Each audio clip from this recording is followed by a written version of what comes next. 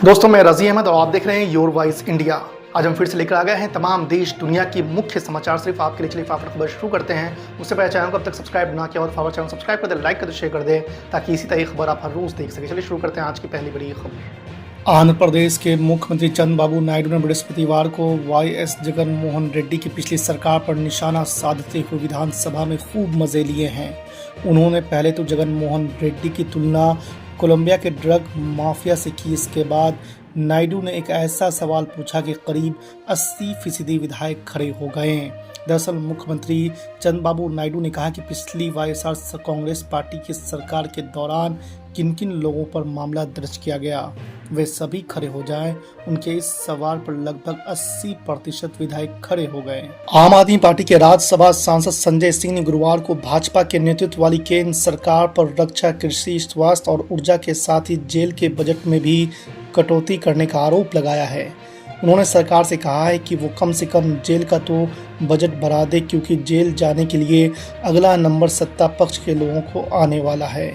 उनकी इस बात पर सभापति धनखड़ ने कहा कि ये बहुत ही मार्मिक अपील है। संजय सिंह ने ये बात राज्यसभा में आम बजट 2024-25 पर चर्चा में भाग लेते हुए कही। उन्होंने दिल्ली के मुख्यमंत्री अरविंद केजरीवाल सहित विपक्ष के अन्य नेताओं को पकड़कर जेल में डालने का दावा करते हुए आरोप लगाया कि सरकार का मकसद ऐसे मामलों में न्याय दिलाना नहीं है। महाराष्ट्र में जैसे जैसे विधानसभा चुनाव नजदीक आ रहे हैं, वैसे वैसे सियासी दोस्ती और दुश्मनी की तस्वीर साफ होती दिख रही है। लोकसभा चुनाव में बीजेपी की अगुवाई वाले एनडीए गठबंधन का बिना शर्त समर्थन देने वाले महाराष्ट्र नवनिर्माण सेना के अध्यक्ष राज ठाकरे अब अकेले चुनाव लड़ने का ऐलान कर दिया है। आपको बता दें कि गठबंधन से उनकी दोस्ती अब खत्म हो चली है। कुछ दिनों पहले ही उनकी पार्टी ने बीजेपी से महाराष्ट्र विधानसभा चुनाव में 20 सीटें देने की मांग की थी, लेकिन बीजेपी की तरफ से इस पर कोई सकारात्मक जवाब नहीं मिल सका। लोकसभा के मानसून सत्र के चौथे दिन पूर्णिया के निर्दलीय सांसद पप्पू यादव ने प्रश्नकाल के दौरान पूर्णिया एयरपोर्ट का मुद्दा जोर शोर से उठाया। उन्होंने कहा कि प्रधानमंत्री नरेंद्र मोदी और गृह मंत्री अमित शाह दोनों ही पूर्णिया और भागलपुर एयरपोर्ट को चालू करने की बात कर चुके हैं। उन्होंने ये भी बताया कि पूर्णिया एयरपोर्ट के लिए बिहार सरकार को जमीन अधिग्रहण करनी थी, जिसमें से अभी तक 15 एकड़ जमीन का अधिग्रहण नहीं हुआ है।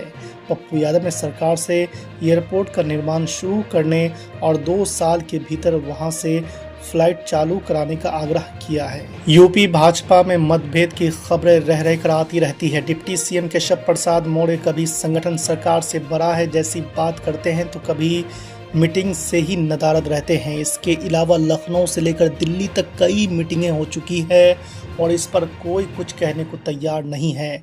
हालांकि इन सभी बैठकों से बेफिक्र मुख्यमंत्री योगी आदित्यनाथ विधानसभा उपचुनाव की तैयारियों में जुट गए हैं, जिसके तहत 10 सीटों पर वोटिंग होनी है। उन्होंने मंत्रियों को एक एक सीट की जिम्मेदारी मंत्रियों को सौंप दी है और बीते दिनों लखनऊ में एक मीटिंग बुलाकर सभी को काम भी बता दिए हैं। महाराष्ट्र के डिप्टी सीएम अजित पवार ने बुधवार को होम मिनिस्टर अमित शाह से मुलाकात की। दोनों पक्षों की ओर से इस पर चुप्पी ही रखी गई, लेकिन कयास है कि मीटिंग सीट बंटवारे को लेकर थी। चर्चा है कि अजित पवार की एनसीपी ने विधानसभा चुनाव में 80 से 90 विधानसभा सीटों की मांग की है। खास तौर पर उन 54 सीटों पर अजित पवार ने दावेदारी की, जिन पर संयुक्त एनसीपी ने 2019 के विधानसभा चुनाव में जीत हासिल की थी। एनडीए के बीच लोकसभा चुनाव के बाद से ही विधानसभा में सीट बंटवारे को लेकर मंथन जारी है। यूपी की योगी सरकार ने आदेश दिया था कि कांवर रूट पर जितने भी होटल, ढाबे और ठेले हैं, वे सब अपनी दुकानों पर अपना नाम और मोबाइल नंबर मोटे मोटे अक्षरों में लिखेंगे। मुख्यमंत्री योगी आदित्यनाथ ने यह आदेश कांवड़ियों की आस्था को लेकर दिया था, लेकिन विपक्ष ने इसे हिंदू मुसलमान का मुद्दा बना दिया।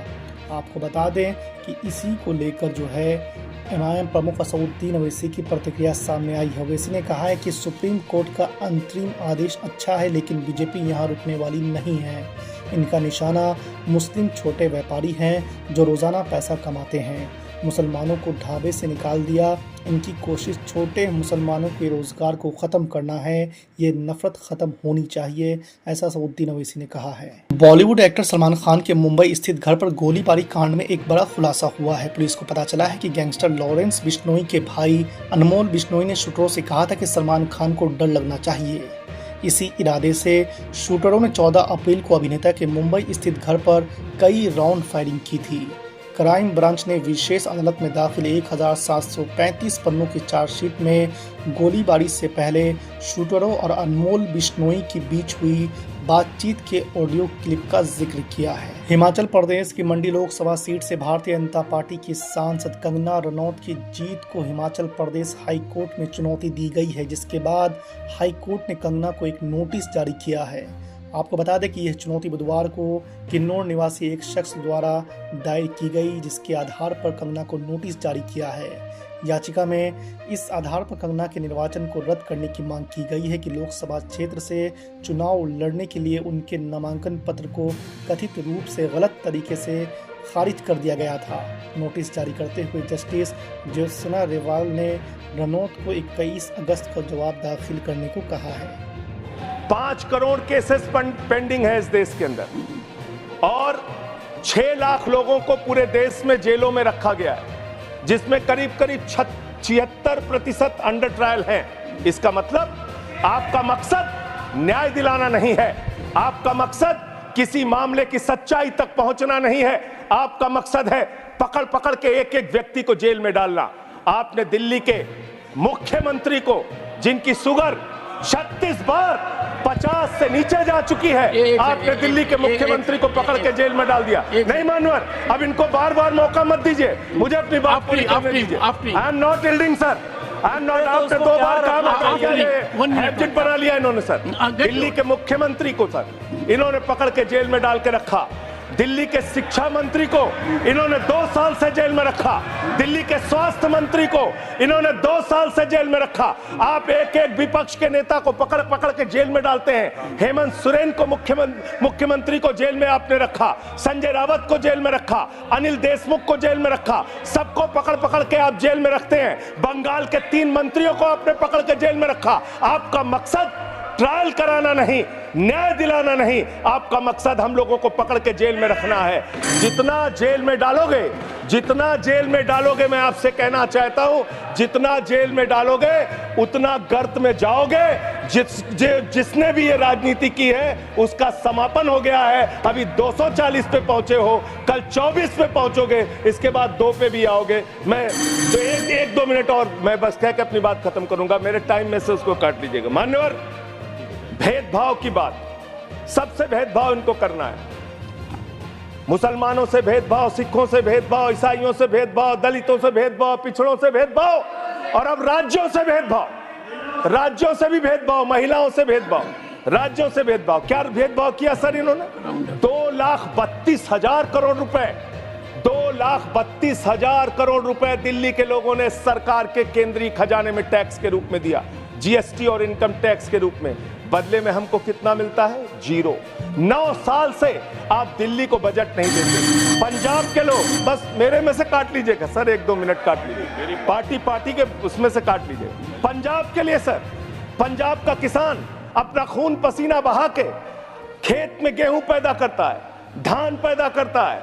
आपने 8,000 करोड़ रुपए पंजाब के विकास का पैसा रोक रखा है, विपक्ष के राज्यों का पैसा आपने रोक रखा है।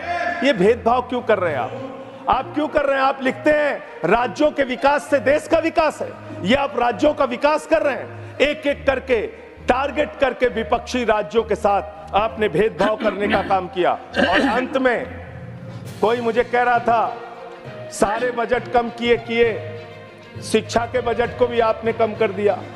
मैंने इन लोगों से कहा शिक्षा से इनका कोई लेना देना नहीं है, शिक्षा से इनका कोई लेना देना नहीं। मान्यवर, क्यों लेना देना नहीं है? क्योंकि दिल्ली विश्वविद्यालय में मनुस्मृति पढ़ाने जा रहे हैं ये लोग। मनुस्मृति पढ़ाएंगे कि दलितों के, पिछड़ों के, जिनको आप शूद्र कहते हैं, अगर वो श्लोक सुन लेंगे तो उनके कान में पारा आप कैसे डालेंगे, ये पढ़ाई आप कराने जा रहे हैं दिल्ली विश्वविद्यालय।